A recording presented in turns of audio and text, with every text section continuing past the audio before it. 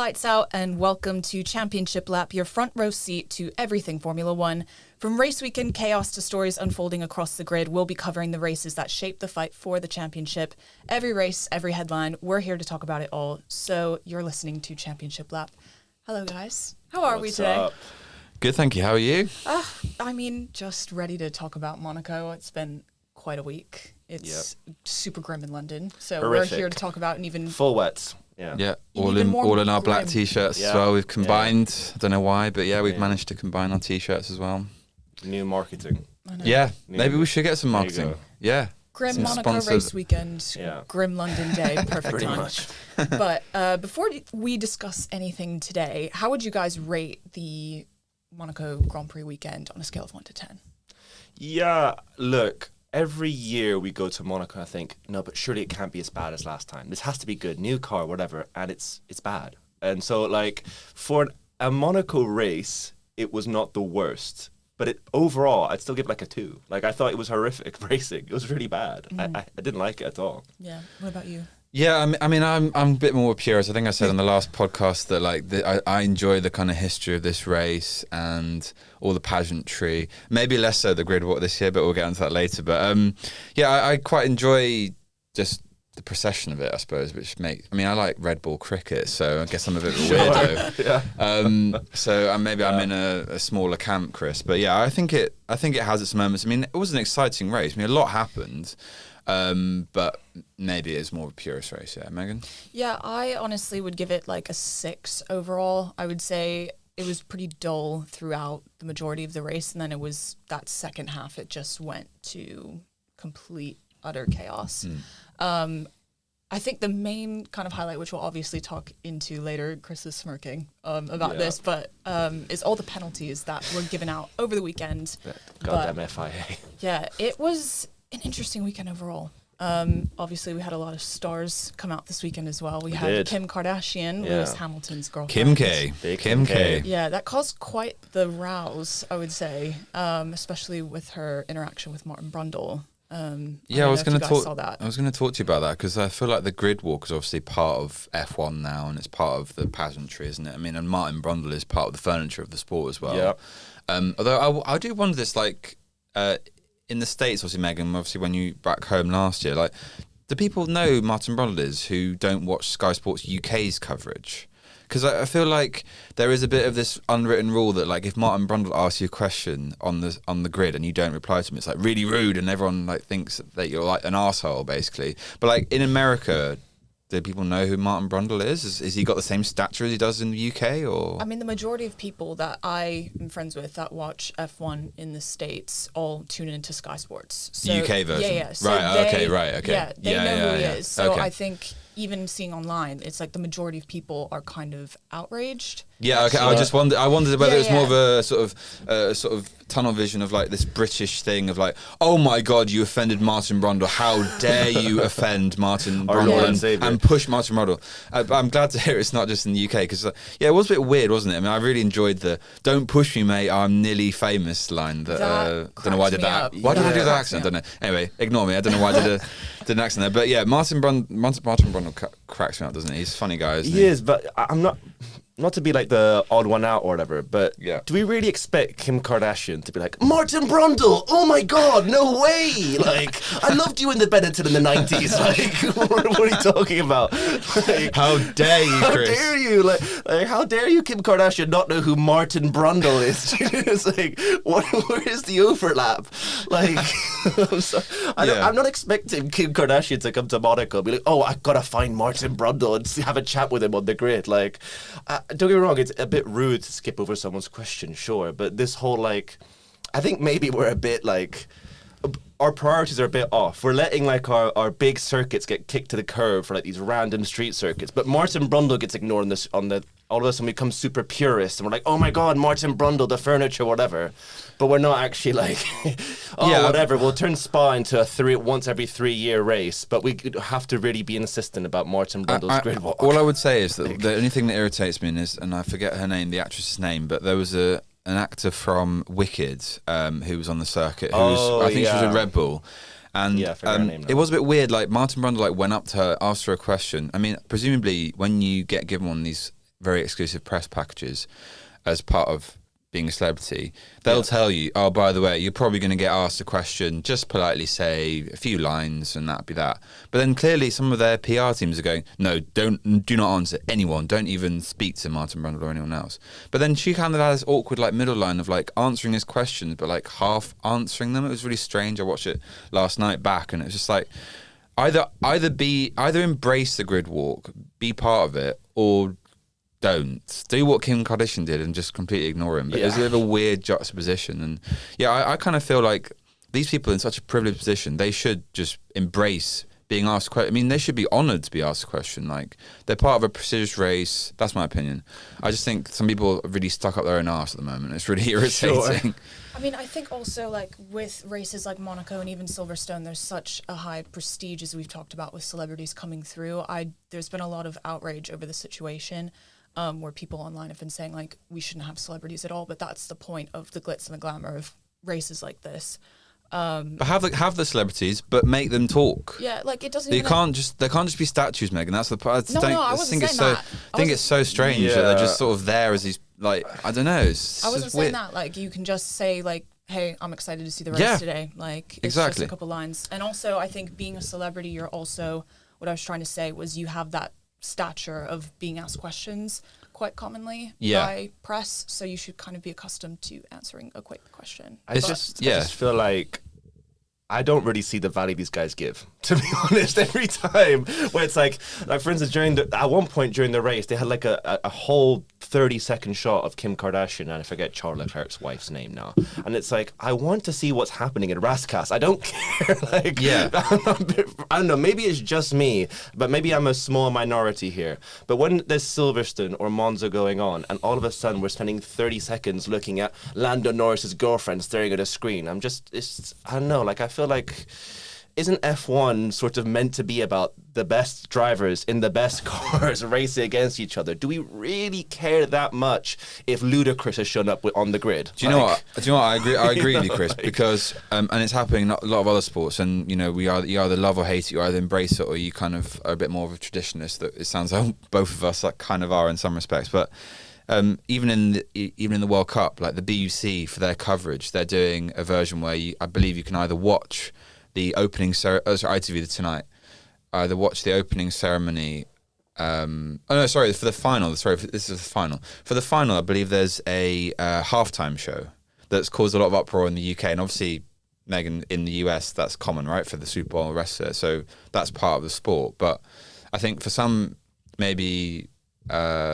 European fans or whatever, or fans that aren't used to it, everyone's like, oh my God, you can't have a halftime show for half an hour. This is an outrage. Or so what they've done is they've got a BBC version where you can just like watch the puntry at halftime, and then they've got another version where you can watch the full show, and that's part of it, right? Or whatever, And like, each has their own, like, give them credit. Like, it all adds to the spectacle, doesn't it? So I can see both sides of the coin. But maybe what F1 should do is take a lesson from that and maybe have like different a celeb cam where you can watch like the whole race through like that kind of perspective, and then like a purist cam where like.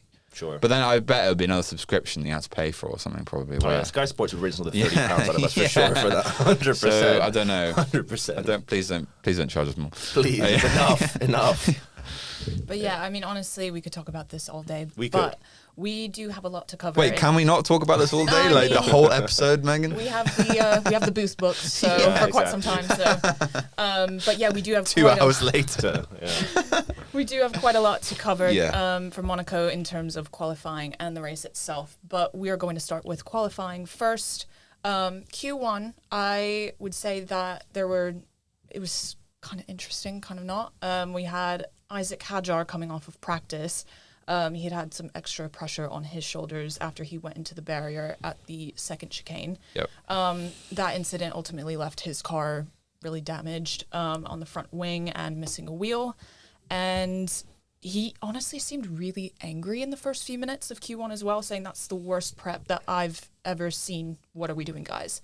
What do you think in terms of strategy do you think it's more focused on the kind of, the second seat Red Bull position still? Are we still dealing with that, or is it simply just technical failure for him? I think you've got a driver in Hadjar who's very hungry and probably is an extreme talent. I mean, he thrived last year, I think, at the Monaco Grand Prix in the secondary Rebel car and got a podium. So, and obviously he's done the same this year, which we'll get into later. But yeah, this guy is a talent. I'd say if he was driving the Mercedes car, he would be leading the championship as well, because I'd say he has similar level of talent to Kimi Antonelli. Yeah, I really do.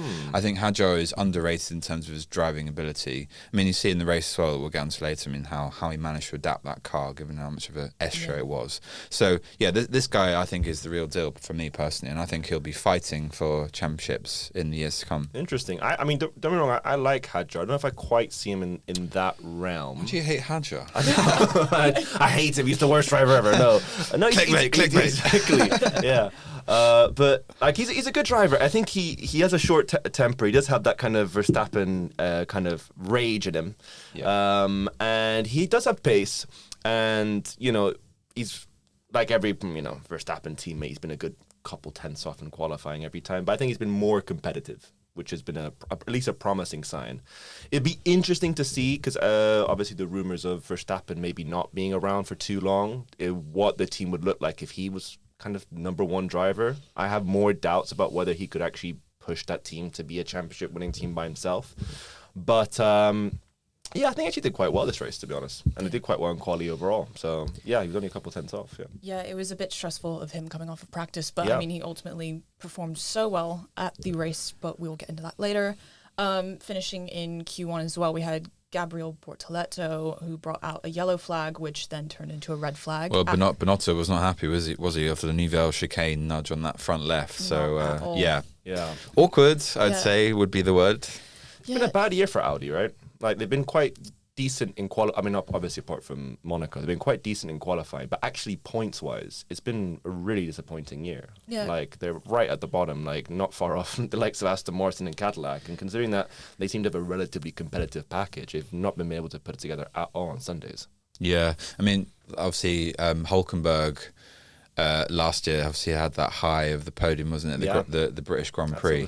For that Audi team, though, it seems it's not quite the same level for this year so far, has it? But yeah, we'll have to see, won't we, how they get on. I mean, having Binotto, I think, is a big thing. But yeah, he's a bit of an indifferent kind of like race. I don't know, like I can't tell whether he's good or not, because obviously they had the struggle. Binotto, sorry. He had an indifferent time at Ferrari, obviously, a few seasons ago. I think that was during COVID, so there's a bit of an allowance for sort of a bit of an asterisk. So, yeah, I don't know. I mean, maybe he should go back to the vineyard or something. Sure. He's been seen thriving on a Netflix show, but yeah. But I don't know. I feel like Audi did the hard part of having to develop their own motor and a relatively decent first try at your whole car by yourself. And then the thing that they were actually doing quite well last year, which was getting kind of all right results in races and not putting it together. And like you said, with Binotto, he always gives the impression of being a guy that's more like a chief engineer more than a team principal. I don't know if he actually has that sort of kind of the nous of both strategy and also human management. He seems a bit awkward in that sense. Yeah, I mean, most of the team principals are a bit awkward, aren't they? That's true, to be fair. They are quite odd characters, you could argue. So maybe that's sort of part of the sport. Maybe you don't get the job. Geeky to be, you don't get the role unless you're a bit quirky. Yeah, I thought overall though it was quite disappointing that he wasn't able to kind of improve his position and go into Q2 or Q3. I mean, ultimately, he couldn't compete in Q2, could he? No, because he was out. So ultimately, I mean, it's a shame. He ended up 11th at race day, but it's a shame that he couldn't have improved his position at some point.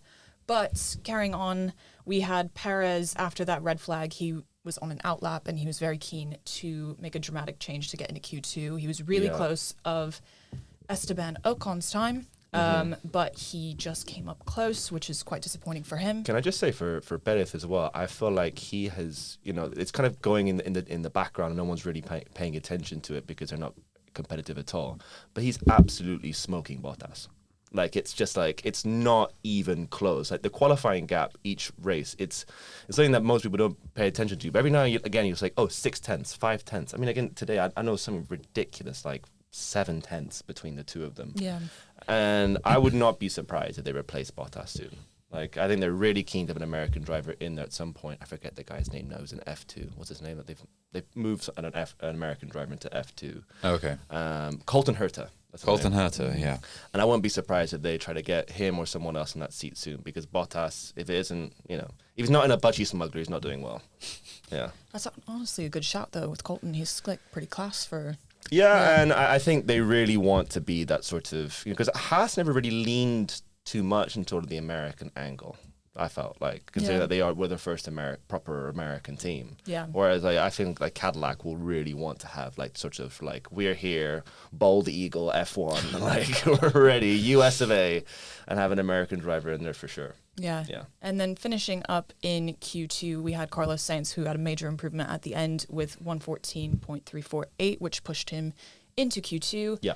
Ultimately, the eliminated drivers in Q1 was Ocon, Perez, Behrman, Bottas, Alonso, and Stroll. Yeah. But Aston Martin, lol. Oh, just lol every week now. It's just a disaster. It's just horrific. Absolute tractor of a car. And the thing is that it was all well and good to blame Honda for everything. We were on the Honda motor. Seems to be, the worst thing that has ever been put on an F1 car. But you hate Honda as well. I hate Honda so much. They've screwed over Alonso twice now. Twice. The McLaren Honda days that everyone forgets about, which everyone was meant to be the big sort of thing, ended up being a tractor as well.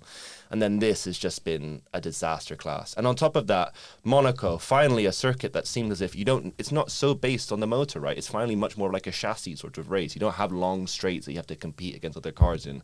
And you end up being half a second behind everyone else. I mean, it's just...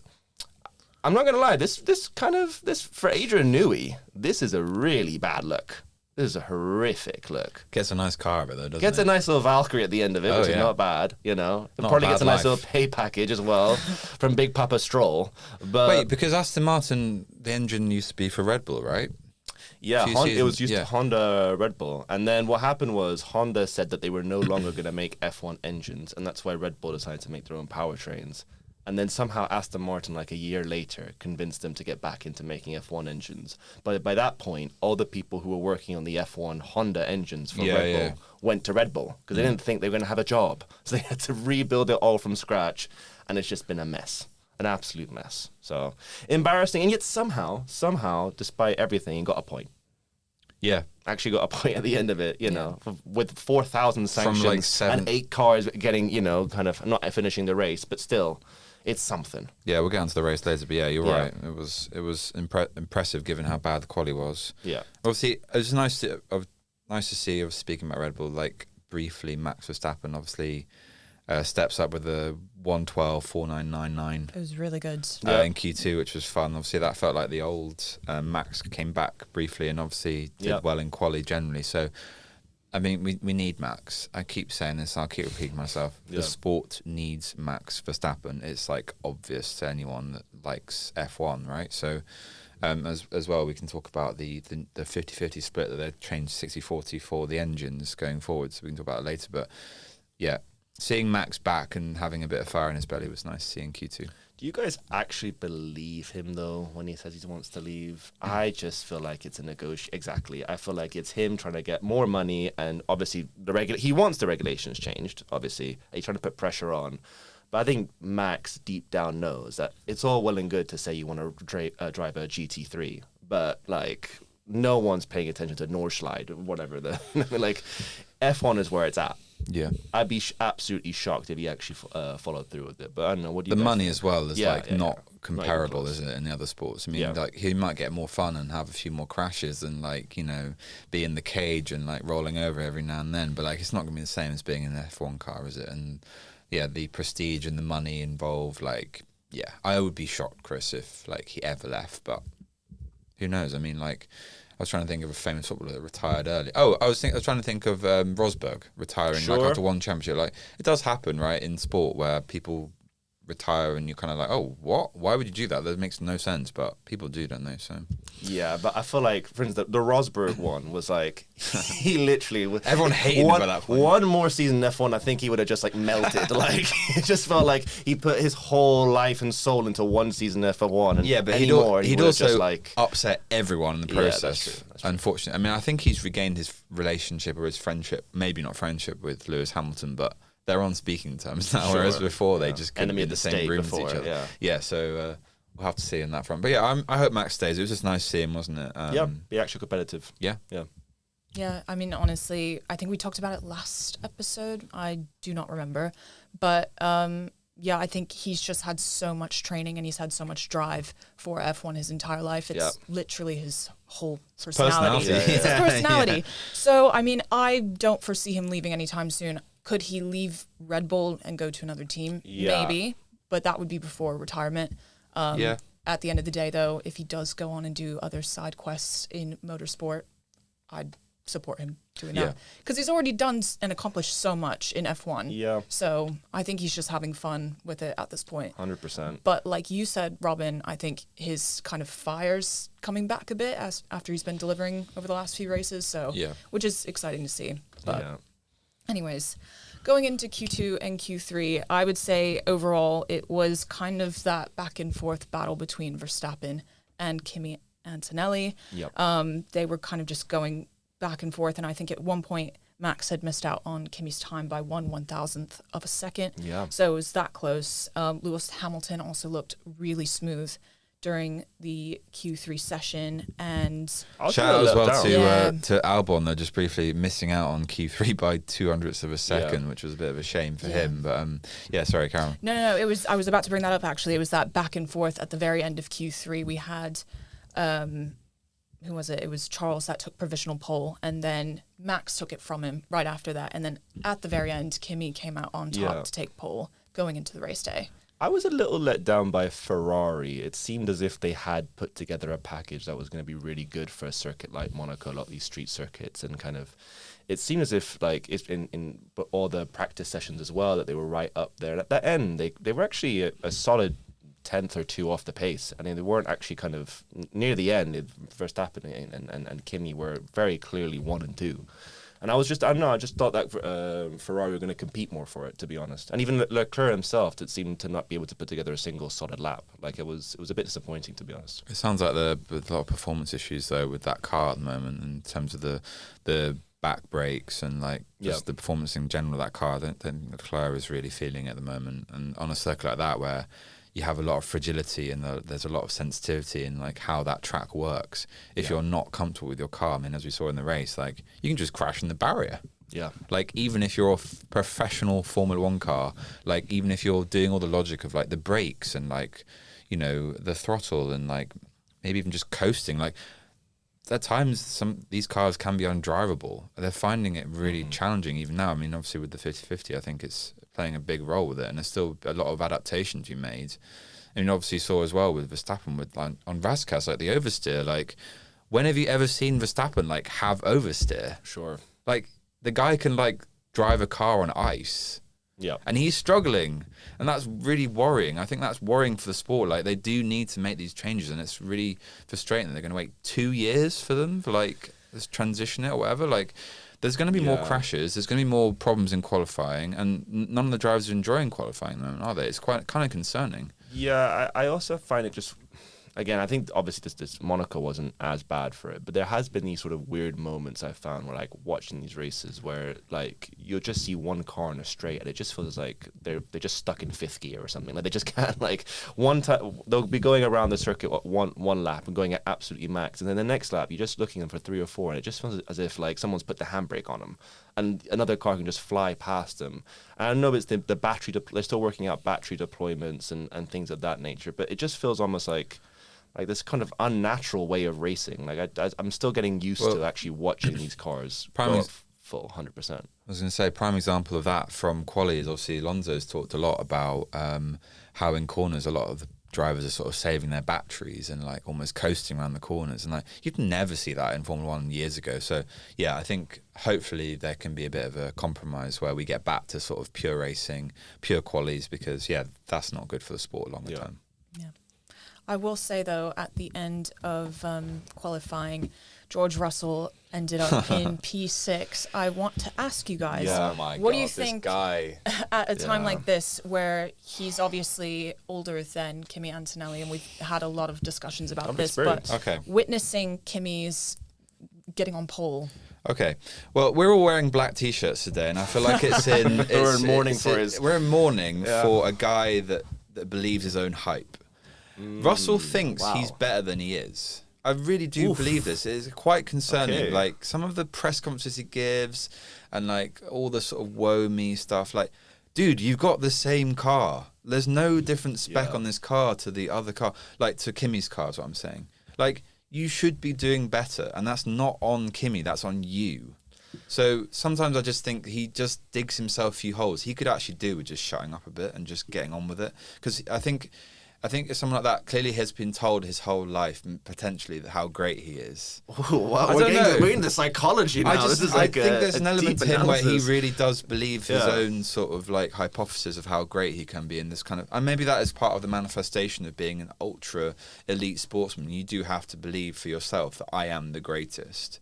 And he's probably got like the LeBron post in his wall, whatever. I don't know, but like, I just feel like sometimes he just needs to just settle down a bit and just kind of just crack on, as they say, because I think he's actually burning a few bridges at the moment, isn't he? Look, I will say he has been a bit unlucky in the last couple of races. He's had a couple moments. Sorry, George. He's had a couple. He had a couple of moments of bad luck. Obviously, breaking down in Canada, the kind of ridiculous situation that with the Mercedes pit stop at Monaco, but also he just hasn't been performing. Like, let's be for real for a second. Being 4.5 tenths behind your teammate at Monaco isn't good enough. But Chris, who is that on? That's on him, right? That's my point. Like one thing has been like, yes, you were a bit unlucky with the sanction, whatever. Yes, you were unlucky to break down at whatever. But at the end of the day, Kimi in his second year is not beating you by a tenth, by a thousandth. He's beating you by almost half a second at Monaco. Like, you are in clearly the fastest, most competitive car on the grid. Yeah. And you're ending up, why are you racing back there in the first place? Why are you, you should be pushing yourself forward. Like, even if, let's say, he hadn't broken down in Canada, he hadn't had that sanction at Monaco, he'd still be 30-odd points behind Kimi. That can't be the case. You can't be, at this point in the season, being the more experienced one, being the season race winner, someone who'd competed against the likes of Hamilton, who had won, his first race win was like almost 5 years ago. And now you're getting smoked by Kimi, who's 19. He's great, but he's 19. Like, what are we talking about? But this is the thing, and I keep questioning it to myself, and maybe I'm being slightly too critical, and I promise you I'm not trying to be clickbaity, but sometimes I do think, like, is Kimi actually that good, or has the level of Russell dropped? And I think there's a combination too. I think Kimi is a fantastic driver. I don't look at him and think he's got the level of a Max Verstappen or a Lewis Hamilton. At this moment, he's obviously 19, so there's a lot of progression, there's a lot of time. But, like when you sort of get a feeling, I don't really get that feeling yet with Kimi. I think he's very solid. He doesn't make many mistakes. He's very solid in qualifying. He's very solid in the race, and he's got a very good car. That helps. But I don't think he's outstanding. And that is, for me, is a slight problem for George, because that says more about George than it does about Kimi. Sure. And I think that is a problem going forward for George. If that is the case, then I don't think he'll ever stand to win a championship, because this was his moment. And everyone was talking about pre-season how Mercedes were the team to beat and all this kind of stuff. Well, what's happened to George? He's just like, what is he, like fourth in the championship table now? He's third? And he's 60-odd points behind. Like, that's not good. Yeah. That is not good. It's very concerning if I was George Russell right now. Well, actually, I was going to say to you both, is the championship over now? Oh, man, I mean, for the sake of this podcast, Chris, no, it's not. There's definitely a championship to be had. I mean, we call the championship lap. We are the championship lap. So, yeah, let's hope there's a championship. Hope not, but... Megan, what do you think? I mean, you look at just last year even, everybody was like, oh, it's Lando's all the way, and then Max ended up coming back and closing that gap almost to nothing. Anything can happen, even though we have lost a few races on the calendar. There is a very long way to go. That is a good point, actually, about losing. Yeah, you're right, actually. Less opportunity. That's interesting. Yeah, because it was 2 races that we've lost. So, I mean... big points. Yeah. I mean, there's opportunity that's been lost, but there is still quite a ways to go. So, I'm quite keen to see what happens. But, yeah, like you had said, it's quite a shame because everybody had talked about, it's going to be George Russell's year. It's going to be George's year. So he delivered really well preseason. It's not standing at all. Well, I was just looking now, just to double check. George is right now 68 points behind Kimi. Yeah, that's if a gap. Kimi wins the next race and George even finishes second, it'll be 75 points. 3 wins difference between Kimi and George. Look, don't be wrong. We're about, maybe over a third of the way through the season. So there is time. Yeah. But 68 points, God forbid, 75 points by maybe next weekend. You have to We're talking win about, consistently. it's got to be, George has got to flip the switch and have real luck with Kimi having his own DNFs and problems as well. Yeah. Because I think that's the only thing. The only solution is DNFs really at this point, because you could see Kimi like just steamrolling most of the tracks. Like the car suits most of the degradations. Like I don't know. I just feel like I don't know. I can't see Kimi not winning. But even let's say if George turns his fortunes around and starts winning races, whatever. Yeah. As long as Kimi is still consistently finishing in and around the podium, breaking down that 68-point gap, It's possible. it's going to be almost impossible. Like, at most, you're going to be getting, 10 points a race? And that's if you're really lucky. That's if you've gone really well and Kimi's had a bad race. I don't know. I don't want it to be a kind of ruled out already, but we're sort of on the precipice now. I feel like it's now or never for George. As well, maybe we should give some credit as well to Bono. Obviously, he's obviously the race engineer for Sure. Kimi. Like, having that support, obviously having the years of experience that he worked with Lewis, I think that's integral as well. So maybe we should give some credit to the backroom staff. But yeah, it's just gonna be so fascinating, isn't it, to see what happens to George. And I think pre-season there was lots of talk during last season rather about would he sign. Where's this contract? And they kept, because Toto's also his agent. It's a bit of a weird juxtaposition. It's a weird setup. Yeah. Very strange setup. I'm not sure that is a. Who's getting the agent commission over there? Is that still the case? I think he's still his agent. Maybe I got that wrong. I think so. I think you're right. There's some sort of weird partnership. setup there. Yeah, you're right. Yeah, So it's a bit incestuous. Maybe we should stop. Maybe we should stop that and maybe get a super agent like they do in football. But that was going on for ages. And like at that point, I was like, why are they sort of questioning who is pausing it? Is it George, or is it actually Mercedes thinking to themselves at that point, is there an advantage to be gained? Can we try and sneak a Max or whatever to come to Mercedes? And obviously they've signed George again. Is it on a 2-year deal? I can't remember. One of those multi deal, whatever. multi-year announcements. Whatever that means. Making F1. Yeah. So yeah, maybe they were slightly questioning his ability. I don't know. So But I do think one thing though, we'll have to see. With that, going back to the Verstappen and bringing it all into this, is it in Mercedes' interest to actually bring in someone like a Verstappen? Because if Toto really thinks that Kimi's the next big thing in Formula One, do you want to then? For me, I actually think that it's not probably in Toto's interest to have a Verstappen in there if he really wants to kind of be like doubling down on, I have the next big Formula One driver, he's going to be the future of the sport.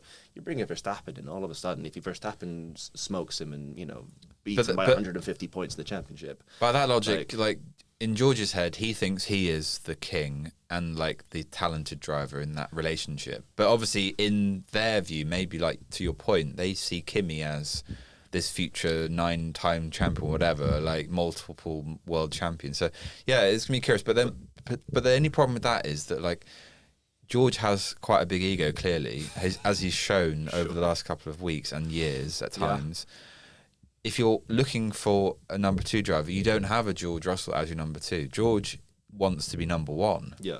So that could be an issue longer term.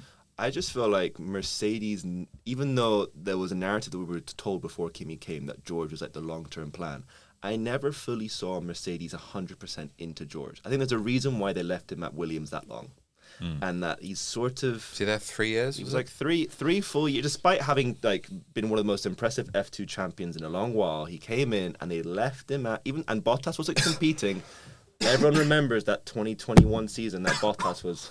God, just mentioning Bottas, 2021 has just killed him. There's a ghost of Michael Massey has come in and literally choked on my... But sorry, carry on. Should we regroup or are we good? A moment to we don't need anybody dying. breathe and exercise all together. You can always come out. No, but like Bottas was not competitive the last few years at Mercedes at all. And despite that, they didn't bring George up. And I feel like there's a certain element of Toto that never really saw George as the guy long term for Mercedes. And I think the full number 1 push now is for Kimi. So I wouldn't be surprised they didn't actually push for another big dog to be in that kind of team. And maybe let's see if they stick with George in the long term, or if not, maybe go for more like a Bottas style number 2 driver for a Kimi. Yeah. Yeah, I mean, honestly, like you said, the time is really now or never. He's got to consistently deliver, win. I don't even know. Like, you just have to deliver the performances that you need to claim what you want. But going into the race day, quite interesting. I would say if there's a word that I would describe Sunday's race day, it would kind of be a bit bizarre. Monaco is obviously known to have very dramatic starts, and that came true. Right as the lights went off, heartbreak from Max Verstappen, who was a contender to win this weekend. How do you, even though he sits 7th overall in the championship right now, how big of a missed opportunity was that to kind of close in gaps of the points? I think it was more of a confidence thing, wasn't it? I mean, as we've just spoken about for the last 10 minutes about how talented Kimi is. I mean, I think it was just showing that Max still has the ability to close that gap. I mean, I don't think that gap was ever going to be closed in terms of the championship, but this is more of a mentality thing of like, had Max done something in this race and maybe got a podium or even won it, because that is very likely. I mean, if he just gets ahead on the first couple of corners, then basically the job's good and you're going to win the Monaco Grand Prix unless something goes disastrously wrong. So this was kind of his moment to show how good he still is. And yeah, it was just a bit of a shame. And obviously on the comms they were saying, "Oh, just bring it home, please, Max." I mean, it's all just very sad, isn't it, and depressing. Yeah. And then Max just seemed like dejected afterwards. And I mean, he left quickly. He left Monaco track almost like immediately. He lives after. around the corner, doesn't he? So yeah, they all do. To be fair. Yeah, he was just like, I've got to go. Yeah. But it was quite disappointing because he looked so strong, as we talked about in qualifying all weekend. Just to have that happen with technical issues. I would have loved to see Kimi actually go head to head with Max. We've not really seen it yet. And I'd like to see him put under that sort of pressure. Because one thing is defending against other drivers. Max is the most aggressive when it comes to those turn ones. Yeah. And I would have loved to have seen that kind of head-to-head there. It's a shame. Housery was missed, wasn't it? Yeah, 100%. You're right. We obviously saw like brief stints of that in qualifying, but obviously for a longer stint of time throughout a Grand Prix race, it would have been amazing to see that. But also early out in the race was Bottas due to an unresolvable brake overheating issue. Obviously the Cadillac team has been struggling throughout the entirety of the season, but also throughout the weekend with brake temperatures, which forced Bottas to retire the car. It was quite a shame for him as well. And then coming back from more trouble, also George was the kind of highlight of Sunday, I would say, in terms of all his penalties.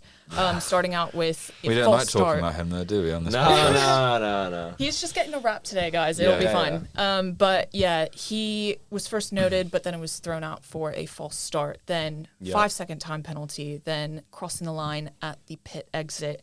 That also occurred for other drivers as well, and it kind of brought me to believe is there something wrong with the sensors, because it was just every driver getting I will say there was something a bit sus about it. It was a bit look, it happened. Yeah, so there was 5 penalised drivers, just quickly, Chris, just summary. So yeah, Lewis Hamilton, George Russell, Oscar Piastri, Franco Colapinto and Pierre Gasly. Obviously Gasly, we'll get into later. It's a bit of a heartbreak hotel at the moment. But yeah, sorry, Chris, carry on. Yeah, it was a bit sus. And I looked at some of what the FIA put out. For all of those drivers, apart from, I think, one, their speeding in the pit was, instead of being at 60 kilometers an hour, it was 60.1. 0.1, yeah. And it's that thing of just like, at a certain point, it's if that happens with one driver, okay, whatever. Second driver, okay. But 4, 5, feels as if there might have been a technical issue there. And it especially at a track like Monaco, like where you can't overtake, it feels like such a crazy penalty to give if you're not certain about the measurements. And what was it again? They were talking about like the measuring velocity versus distance versus like whole physics explanations coming from Sky F1. Like, I can give you a causation if you want, very quickly. Supposedly, this is the official line. The unusual flurry of penalties was triggered by drivers shortening their racing lines by cutting the white line at the curve pit entry and around the new Cadillac pit box area. Cars covered a shorter distance. Because the FIA measures speed by calculating the average time taken to cross electronic timing loops over a set distance, This shortcut tricked the system into registering a higher average speed, even though the drivers stayed on their pit limiters. So, ironically, you've got more cars on the circuit, and it's actually for everything, hasn't it? Yeah, it's just made it go all too much. It's been. I don't know. It was just. I'll be honest. I just found it a bit of a spectacle, like a real this was an S show, whatever you want to call it. Like it was just penalties for things that were ridiculous. The track falling apart in one of the corners. Again, the same problem of if it isn't the first lap, no one can seemingly overtake anywhere. It's impossible to do any sort of maneuver anywhere at Monaco.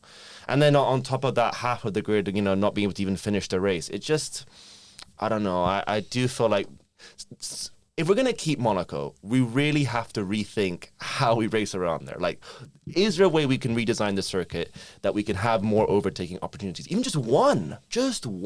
Yeah. Because otherwise, it's just like we rely on there being some crazy penalty, some crazy random problem with the track falling apart, or a sensor issue in the pit lane for it to be an interesting spectacle. We need Kim Kardashian back on the grid for us to have something interesting to talk about, like. Maybe Kim K can do. Get her in the Ferrari. Can do like the speedometer, trap thing.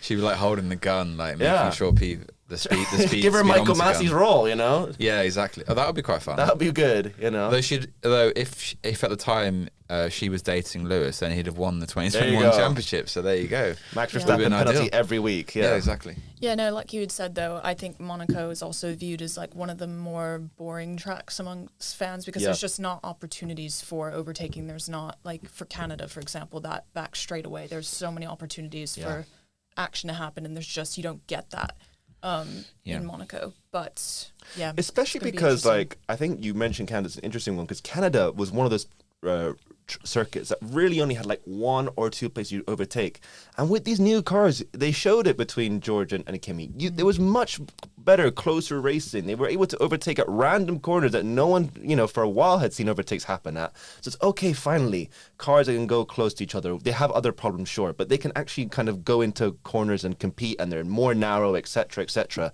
and still nothing. It's just, I don't know, I'm a bit sick of Monaco, to be honest, when it comes to race day. Yeah. But carrying on though, Lando Norris shortly after ended up having to box and retire the car due to earlier issues that he had been voicing throughout the race, which was quite a shame because I know I think it was last episode we had wanted to see something from the McLarens to deliver, the Ferraris to deliver, and they had been doing quite well throughout the weekend, but Lando's just not performing as of last year. And I mean, the last few races, he didn't start in China, he retired in Canada, and then DNF'd in this race. It's quite a shame. It's been a really bad season for McLaren, hasn't it? It's really gone. Polar opposite of last year. Yeah. So even strategically, it feels like they've been off it. They had that weird, what was it, the intermediate that they put on instead of anyone else at Canada. I don't know, it just feels as if they're just completely off it. Like they felt like last year, you may have had your complaints here and there about McLaren, but operationally they were super sound. And this year, like what were they on the grid? 7th and 8th. Like completely off the pace, not making the right decisions kind of strategically, and then just I mean even the likes like Piastri had those crazy mistakes he was making at Canada last time, was nowhere here. Just sad. I think that sums it up nicely is like Norris post race in his interview was basically just said it was good to be out of the race. It's like not what you want to hear from your driver. I mean, obviously he was a DNF, so it kind of made sense. But I'm just trying to summarize it, like, having a driver that is seemingly dejected, not really getting the rewards that he feels he's owed as the current world champion. Probably not for much longer. He'll be the future world champion. But yeah, he was going on a narrative about feeling that he's been unlucky. So it's gonna be really interesting. I mean, Piastri's slightly more optimistic. He was trying to stay positive despite the difficulties. Was basically the vibe he was giving in his post race. But it's a strange time for McLaren. I think, like you say, I think they are a team that transitions often from, like, especially when there's like new spec brought in and like all of the things that we have with the power units. And I wouldn't be surprised if they have a bit of a lull for a few seasons and then are back stronger maybe in the 28 when we've got that 60-40 split again, when the engine split is brought back to the ICE part of the engine. So maybe they'll just have a bit of a lull. they're still one of the big powerhouses of F1, but Yeah. right now, not Just so much. nowhere. Sleeping Uncompetitive. giant, maybe you could say again. Sure. I don't know. Yeah, continuing on throughout like that middle portion of the race, it was just all we heard and saw pretty much was penalty after penalty. Yeah. Quite a lot. It was just bizarre how everything was taking place, and then there was a bit of controversy of whether or not George had served his penalty in the pits. There was a lot of chatter on the radio and that. We did briefly touch on Carlos Sainz at Williams earlier, performing quite well in qualifying, but on race day, Alex Albon, Team Tactics, they kind of had a lot of disagreements, and he was quite upset about their strategic ideas throughout the race. It cost him some spots as well. Well, the person who had a lot to play with this, and especially coming out of the pit straight, was Hulkenberg. Played a big role, obviously, which we can get onto later, obviously, with the incident with Sainz. But yeah, it was an interesting day for Albon. Ironically, he came out with more points, didn't he, than Sainz? There was that weird incident at the end where like him and Colapinto and Hulkenberg, they all hit each other and whatever. Yeah. I mean, that's one of the reasons why I have my questions about Monaco, is that you can end up doing weird. How dare you? I know, how dare I? God forbid. But I just, you have weird maneuvers like what the Williams were doing, and they did it last year as well. Where like, no, I'll hold up and then I'll go like 4 seconds a lap slower, so then therefore I can build a gap for you to stop. Like this is, you want to see cars at least trying to race properly and trying to actually compete, and that sorts of kind of tricks and kind of almost like backhanded maneuvers, so I can build a gap for you, whatever, and because I know you can't the cars behind me can't overtake, therefore I can make a pit stop gap. It just feels like, what are we doing? Like, why am I having to do like maths calculations for your pit stop gap, whatever? Like, let's try and actually compete. And yeah, I don't know. I mean, overall, it was a poor day for Sainz in terms of like he was behind Albon in qualifying and eventually had that incident near the end. But overall, I think he's actually now showing more potential than Albon in that Williams.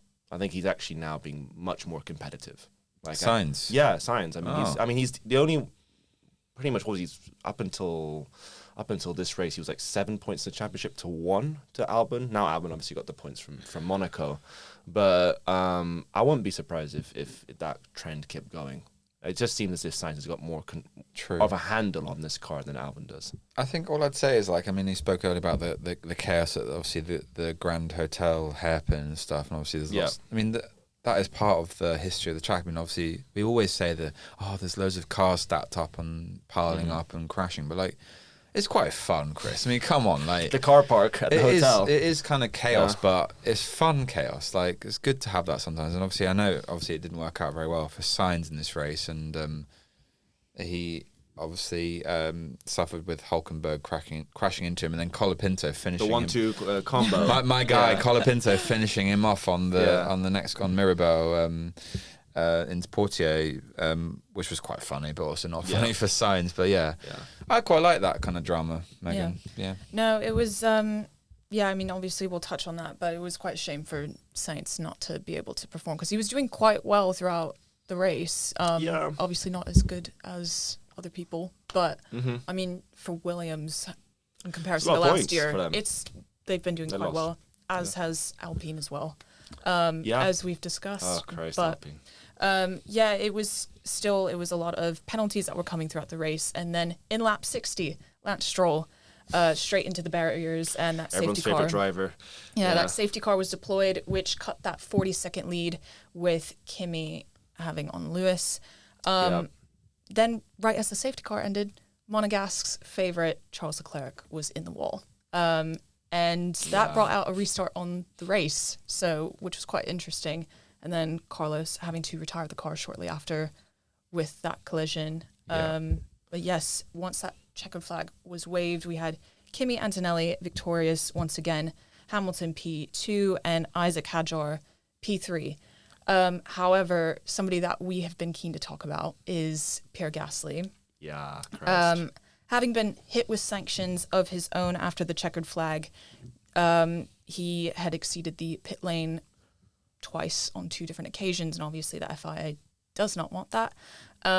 Combined 10-second penalty dropped him from 3rd down to 7th. Well, the crazy thing about that was he got that sanction before the final red flag, and so Alpine knew about it. But they didn't tell him. But didn't tell him. And so he was cruising in third, had Hadjar behind him, who seemed as if his motor essentially died on him in the last couple of laps. So he could have probably built up a decent gap on him. But because he was comfortably in third, thought, let me just bring it home. And ends up with the combo of sanction, what was it, P7 on the end. So he had that really horrifically awkward moment where he's like going mental on the radio, going, oh my God, I'm on the podium, whatever. It's cringe. At no point anyone's like, oh yeah, by the way, sorry, Pierre, 2 seconds. Like, what is going on? All I'd say was it made me think of like, maybe it was like in Apollo 13 or something, but they just didn't tell, they don't want to tell the driver that it's all gone, because like maybe it would make it worse. And ironically, maybe, did he finish P6 in the end? P7. So like, maybe he wouldn't have got that had he known. He might have just like done something crazy. So maybe they were just trying to keep him calm and just thought, we'll tell them later. But yeah, I think it backfired massively because the celebration. Humongously. That was really awkward. Such cringe. Yeah. Unbelievable levels of cringe. I truly felt terrible for him, though, because he was so Do you? excited. I do, because, Okay. I mean, you know, he was so excited. And I mean, obviously, there was so much miscommunication in that moment, but he was truly so ecstatic. And I mean, you feel for anybody in that position, because Monaco is a historic race. And if you get on podium, you're very good In an at what you Alpine do. as well. Yeah, like, for what they've had over the last few seasons, Yeah, fair. I was thrilled for him, and then obviously that happened, and Less thrilled. Let's be honest, like Alpine at times just feel a bit like a French Ferrari.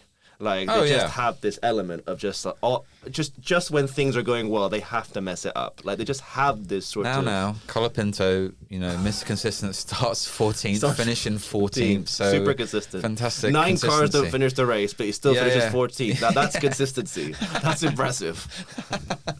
Keeping to the script. Yeah. Shout out. Yeah. But yeah, it's going to be interesting though to also see, because they're currently having the hearing right now. It's actually they at are. 12 o'clock. Yeah, so it's going on, I think, right now. They're Ooh, having should that we have hearing. a little I'd be cheeky a look bit- whilst you're talking? I'd be a bit shocked if they actually did it overturned it 2, 3, 4 days after a Grand Prix. Like it just feels like a mess up. This from is Alpine. live reporting. Live reporting on the Let me ground. see. If there's nothing up yet, that's a damn shame. Yeah, but it's going to be interesting to see how that turns out. Yeah, but I just feel like it's just sort of like a Hail Mary. Like we messed up. We made ourselves look like complete clowns in Monaco. And yes, was the measurements probably a bit offshore, but it was off of also a lot of other teams. Are we then going to get Ferrari going to come say, well, Lewis got a 5-second penalty, and we shouldn't have had 5 seconds. Maybe he'd compete for it's like if buts and maybes. Like. Breaking news. There is no breaking news as it stands by the looks of it. I haven't seen Probably anything no online. updates yet. No. Yeah. That's all right. Can we get We back? thought we were going to have boots on the ground journalism, guys. We're not. Exclusives. Can we just quickly touch, actually, because you mentioned there was the Leclerc moment into the wall. Yeah, I was going to talk about that. Yeah. Like, what are our thoughts with Leclerc more generally as well at Ferrari? Because it feels like we're in a weird sort of continual sort of grey space with Leclerc at Ferrari, where it doesn't seem like he's kind of stuck in the same place. I mean, to me, watching back that footage, it just looked like he had zero grip on Was the the brakes, wasn't it? Yeah. He just had zero grip, and he just went straight into the barrier, and it's honestly such a shame for him as well. But yeah, I don't know. What do you think, Ryan? I think, as I was saying earlier, I mean, I think we touched on it in qualifying. I think it's something to do with these new power units and like trying to feel the car and like knowing when to brake. That sounds ridiculous, but like Sure. knowing when to brake, when to coast, when to like go full throttle, and especially around corners. I think they're taking a little bit of an adaptation. We've seen some horrible crashes was it Japan? We saw some horror crashes. So yeah, I don't think this is the last we're going to hear of these kind of narratives, and I don't always think it's driver error. Like Leclerc is one of the most talented drivers on the grid, and for him to do what looked like what I would do playing F1 on PlayStation 4 when I've got like the sensitivity up to like 100, like that's what it looked like. Yeah. It was strange. So without any driver assist, that was the thing I was trying to think of. Right. Yeah. That's what it kind of felt like just someone playing a video game and not really knowing how to play the game. So yeah, it was very strange, and I do feel sorry for him. I think maybe his team needs to support him more with the car, because it sounds like Hamilton is getting a lot of support with the structure of the car he wants. I mean, he spoke in his post race about how he feels great about the car and how, okay, they had a bit of a lull last season and the season wasn't great, but that he got a lot of support from team principal and all the rest of it from the engineers on how to make that car suit Hamilton. And maybe Leclerc now needs to fight for himself on the style of car he wants. For sure. I'm not sure. I just have this feeling with Leclerc that he's going to be like this forever promise of like, no, we got a world champion here. We got a world champion here. And Maybe who's winning? We'll be in year 2036 and be like, yeah, but Leclerc's only one. You know, he this will be his year. This will be his year.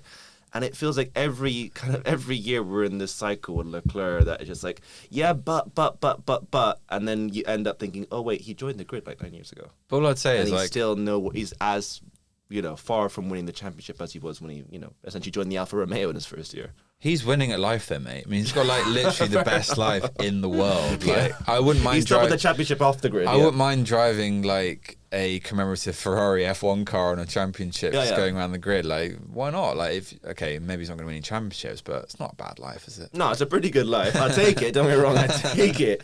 But no, it's just more generally like I just feel with even like you said, like this year now, it felt like last year. Okay, you've showed that you're more competitive than Hamilton. Yeah, you've been in the car longer, etc. But still, you kind of won very comfortably. And then this year, he's sort of in and out.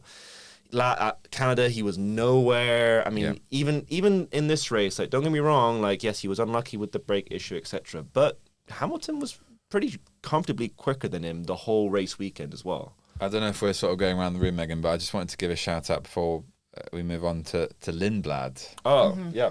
Obviously up to 6th, having started in 15th. I thought, and also what's weird is, like, I don't know if it's just me and I've just clearly been living under a rock. I've never heard Lindblad talk. Okay. I've just never like. He's quite quiet. Yeah, actually. like I don't think I've seen him much. Maybe I've just been ignorant, but I was like, I didn't know what I was expecting, but it wasn't the accent that he came out with. I don't know. It was funny, but it was nice to see him talk, and obviously it's nice finish for him. Yeah. Obviously, he's in the Red Bull second car, isn't he? So, they have a history, that car, of doing really well on this track. So it's just nice to see them carry on that tradition. Yeah, and his debut season as well. Yes. Youngest driver to debut. How old is he? Is he like 20? 18. 18? Yeah. Oh, my God. Yeah. I think he just turned 18. Wow. Guys, don't quote me on that. But I do have this weird thing with, I mean, don't worry, I don't think it's bad by any means, but I just, considering that is this meant to be sort of the Red Bull feeder team, do either Lawson or Lindblad give to you the vibe that they'd be ready to step up into that team? Let's say, God forbid, Verstappen does leave the sport. I don't know. I don't feel so. We're being honest, Lawson probably will never get another chance in the main car. I think he had his moment. Yeah. Kind of sucked, unfortunately, for him. And I think that's its level. Yeah. And that's still a very good level for most people driving a Formula 1 car, but I don't think he's good enough to be the Hadjar in the Red Bull. But on that point, then, is that what's the point even having him in that team then? Like, I just feels like maybe I'm wrong about this, but it feels like that team was specifically made to be like, this is sort of like our B team that's only made to make these drivers ready to jump in that Red Bull and they can go and win championships for us.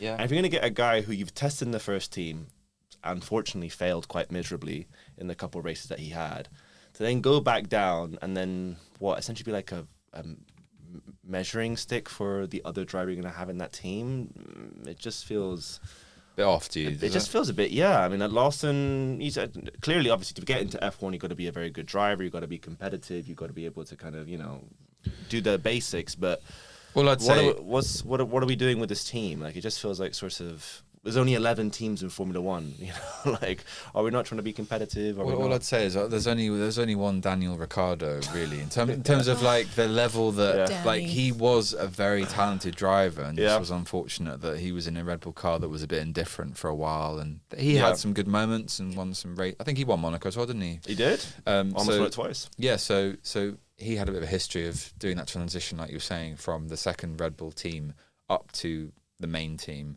but I think it's quite rare that it works out like that, because I'd deem his time at Red Bull a success.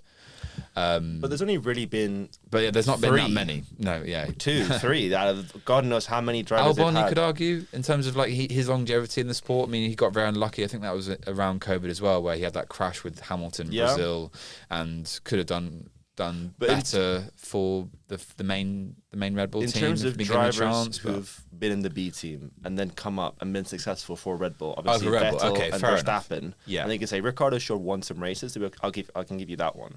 But then everyone else, like there's a couple that have done all right outside of the Red Bull group, which they don't get any kind of real money or anything out of that. Like Sainz was in there in his first year. Albon was there in his first year. There's a couple others. Gasly's done pretty decently at Alpine after leaving, etc. But big picture, it just feels like having an F1 team is a really expensive adventure.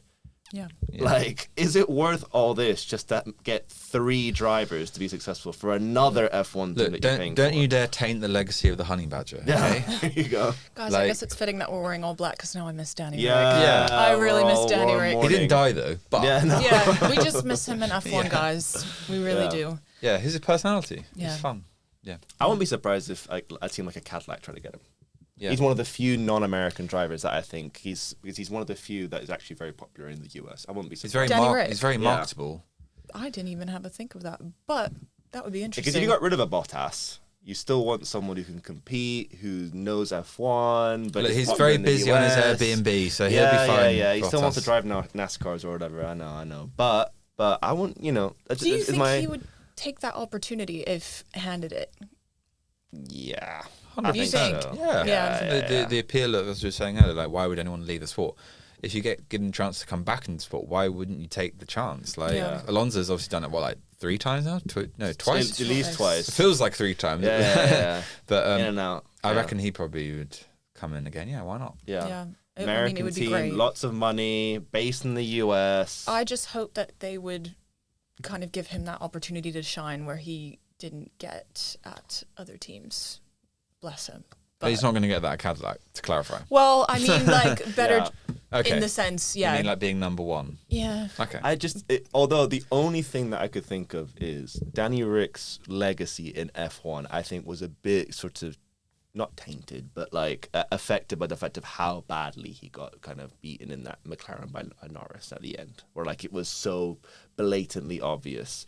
If he were then to get into this Cadillac against, let's say, Perez, and then Perez Forgot beats he was him. at McLaren. Yeah, that I was know. that I was mean, weird. really That was bad. a few years of doom and And despair. then, if you yeah. will. and then he was in the Racing Bull, and in the Racing Bull, he wasn't particularly all that. And so it's because they were essentially setting him up to be like, as long as you're good in this Racing Bull, you'll have that second seat. Do you know where it was sort of final nail in terms of his trajectory to maybe being world champion was when he, for some reason, decided, I think out of his own, like, he made a decision for himself to go to Renault. You did. Like, you did. why would you do that at that point? Like, it was such a poor decision. Yeah. It didn't make any sense. He was obviously getting frustrated because Verstappen was on the rise. But Yeah. still, like, to go to a team like Renault, which at that point was going for a huge transitional period, was obviously even changing When are they the not name going to through a Alpine. transitional period, to be like, fair? It just felt like a very odd, like, decision, like, financial Yeah. and also just logical decision. Like, why would you do this to your... I feel to like he your- made to a your career? couple very strange decisions. Yeah. Like you said, leaving Red Bull was a really weird one. And then if you're going to go to Renault, which in itself, like you said, was a weird one, to then be like 2 years in, actually I'm going to McLaren, which another team in transition in a weird sort of phase. It was just like, wait, what? And then clearly they were pushing for Lando to be in that seat. And then then going to the Racing Bulls, It's a disaster. it was just just very weird decisions Yeah, from Danny Rick. Yeah. I would like to transition Yeah, go for it. into your winners and losers of the weekend. Yeah. It's our favorite part of the podcast. God, there's too many to count for losers. Gasly and Alpine has to be a massive loser for that incident over there. I think Lando Norris and has to be a loser as well. And I think I mean, unfortunately, probably put someone like actually, as a loser, and this is a more of a rogue shout is Cadillac, and Perez specifically. Yeah. Perez had, because of circumstances, because of good driving as well, had put himself in a position to get that long waited for a point, and to lose it because you've not put your car in the grid box correctly is like it's a bit. And he did it twice. Remember, he did it twice. He did it at the beginning of the race, and then he did it at that last restart. It's a bit of an amateur move. So that would be my big losers. Big winners, I mean, obviously Kimi, he's solidified himself at the top of the pops. Racing Bulls having both cars high up, what was it, 5th and 6th? And even though they still have a tractor car, Fernando getting a point is something. I feel like Chris has taken all of the winners and losers, which is fine. But I mean, sorry. I'm going to go with Lindblad as my winner because I think obviously finishing P6, having started at Monaco as well. At Monaco, really good. having started, I know it's a chaotic race and it was a chaotic finish, but yeah, that was really impressive to see. And obviously, Red Bull's second team, obviously keeping up the tradition of being very solid at Monaco was really cool. Obviously, you can talk about Antonelli; it's pretty obvious. My loser, I think, does have to be George, just because of like all of the cock-ups with 100%. the the lack of stopping in the pits and the extra 5 seconds. Was it 20 in the end? It was 15 or 20. 15 or 20. I mean, that's actually ridiculous in terms of Formula One sport. So, yeah, I'd say he probably is. I'm not saying him himself is the loser, but the team and his position. Well, it's qualifying too. Yeah. Okay. Well, he does play a role in that, doesn't he? So, yeah, I'd say. Russell, how about you? Well, my heart goes out to Max Verstappen, of course, because he looks so promising over the course of qualifying, like I mentioned earlier. He's a mini winner then for you. Kimi, obviously, I think we're all on the same page as that, doing so well. I will agree with Christian that I think a winner in my book as well is Fernando Alonso bringing the car home to God, it's so depressing, isn't it? That's the win.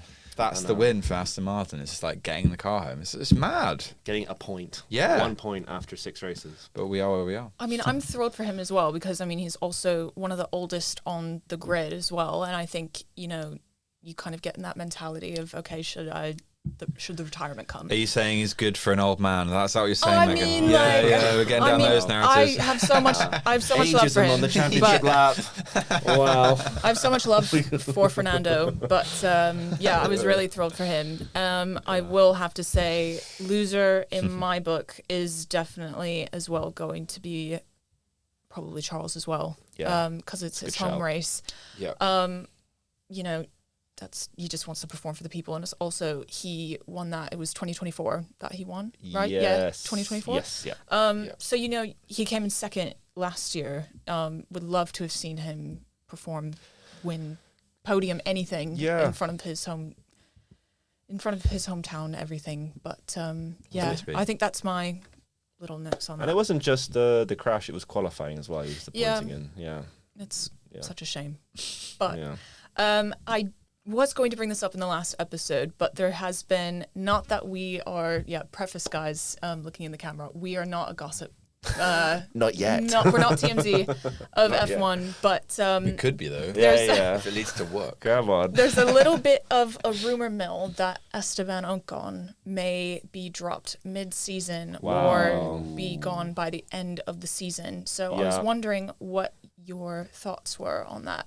In terms of his performance. I mean, I think this was actually one of the few chances where Ocon's better than Berman in qualifying. But overall, you're thinking Ocon got the experience, he's been at bigger teams, etc., comes to a Haas and has frankly been a massive disappointment. I mean, to lose to Berman on points last season is just nowhere near good enough. And he just... I don't know, maybe it's just me, but I just hate this attitude that he seems to have every time after a race doesn't go well, where he just seems to be like, everything's stacked up against me sort of thing. And he doesn't really seem to ever talk about his own performance in the car. Like, I just feel like he doesn't... I don't know. I just don't know if for that team, having someone like an Ocon actually adds much anymore. I feel like you could get if you want that experienced old head sort of been there, done that driver, I feel like there's other options in the market that actually offer you more than Ocon. Mm-hmm. I don't know. What do you guys think? I'll give it to Robin first. Yeah, I think Ocon has been such an indifferent driver on the circuit. I mean, he's upset a lot of driver Verstappen for one thing, and they had that big fight, didn't they? What track was that? Was that Brazil? It was Brazil. Brazil many years ago now, actually. 2019 or something. Yeah. I think he had his moment, and I think there was that weird lull where he was like the third backup driver at Mercedes, and he was just sort of hanging around the track, and it was all a bit strange. Like, what are you doing? Like, just either. I don't know, to do something else with your life. Like, it was a bit weird. It was like a season, I think he was there, and then obviously, and also Ocon's agent, I think, is Toto Wolff as well. Yes. So it's all a bit weird. Who's getting that paycheck? Like we Yeah. said, who is getting the paycheck? Toto's getting that bag everywhere he can. Yeah. It's genius no? if you can do it, right? Get half the grid onto your own paycheck, you know. I don't think he's that talented a driver really, but he's had his moments of being very good, but it's been very mixed. So that would be my view. Yeah, I mean, he has been there, as we've all agreed, for quite some time in F1 and also at Haas as well. But it's kind of that position, isn't it, where the team has to look, do we want to keep the more experienced driver, or do we start fresh from the bottom up with a younger driver and build from there? So I'm quite keen to see where they kind of decide with that. I don't know, I guess we're just going to have to wait it out, because as I said, this is kind of just the speculation and the rumor mill, but it's just going to depend on, I think, also how he performs the rest of the season. Putting my tinfoil hat on for a second, obviously Haas now has that relationship with Toyota, right? Mm-hmm. I think they're Haas Gazoo Toyota Racing now or something now, like officially. I would not be surprised that Toyota would push for one of their own drivers to get into that seat. One of the people from Super Formula, for instance. I mean, I would have said Yuki, but Yuki's with Honda, obviously. But I wouldn't be surprised if there was a push from Toyota. 'Cause I think bigger conspiracy there is that Toyota eventually wants to get into Formula One like full, either have their whole full team or have a F1 engine. And I wouldn't be surprised if they push to have one of their own like stable in there. Yeah. Well, guys, we've come to a portion of the episode where we're going to do a mini trivia between the both of you. Oh, okay. I didn't really plan this out as well as I did. I should have brought like whiteboards or something, or like a buzzer for you guys to hit. But pint on me if whoever wins. Sure. We're going to start out. How do you guys actually want to quick pause? How do you guys want to like buzz in? Yeah, or something. Just say your name or something. Just scream your name. Maybe, or just shout it out. Yeah, just shout out. Yeah, okay. Yeah. First one to get the answer. Okay. We're going to start with who am I questions. There's two of them. Sure. I won the 2009 title with Braun GP and later raced Jensen for... Button. I think that's... I'll give it to him. You said Jen. Okay, we'll give it with Robin. Yes. I won the 2007 title for Ferrari. Kimi Raikkonen. Can't even finish, damn, guys. The other one, Kimi. You can get that point. Christian. There you go. 1-1, guys. Okay, as of today, who was the youngest driver to win a Formula One World Championship? Lewis Hamilton? Oh. This Max. It's a close, it's actually Sebastian Vettel. Oh, he was the youngest as of the date, 23 years and 3 months. Okay. Following after was Lewis. Okay, in 2008, 23 and 6 months. Which circuit is known as the Temple of Speed? Oh. Temple of Speed. Probably the quickest ones. Japan? Monza? Ding, ding, ding. There you go. I was just thinking of some track with straights, yeah. Who won the first ever F1 World Championship? Fangio? Way back. Mm-hmm. There you go. Come on. Chris is on fire. There you go. Chris and Chris. 3-1, I think it's Chris right now, isn't it? Oh, I've lost count. Sure. Maths are not my strong point. When was the last time Lewis Hamilton won? They briefly brought this up in broadcast. Won a Grand Prix pole position. British Grand Prix in 2023. Yeah. 23. Nice. 2023, yeah. It's pretty impressive. I was going to pull that out. There you go. Who was the first driver to win 5 Formula One World Drivers' Championships? Fangio, right? Mm-hmm. Yeah. And then who has more driver championships, Nigel Mansell or Damon Hill?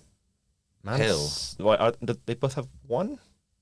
They both have one, right? Yeah. Oh, so the trick question. Yeah, it's a trick question. Yeah, I know. That's horrible. I know. I was thinking for a second there, yeah. Yeah, so Christian has taken... There you go. Whole pint of cider for Urresti. He has taken other drinks are available. The trivia. Yeah. But yes, that is all we have for the time today at the Championship Lab podcast. We will be back next time to review the race. As always, I'm Megan, and I was here with Robin and Christian. Pleasure as always. We will see you next time. Thanks, guys. Thanks. Thank you.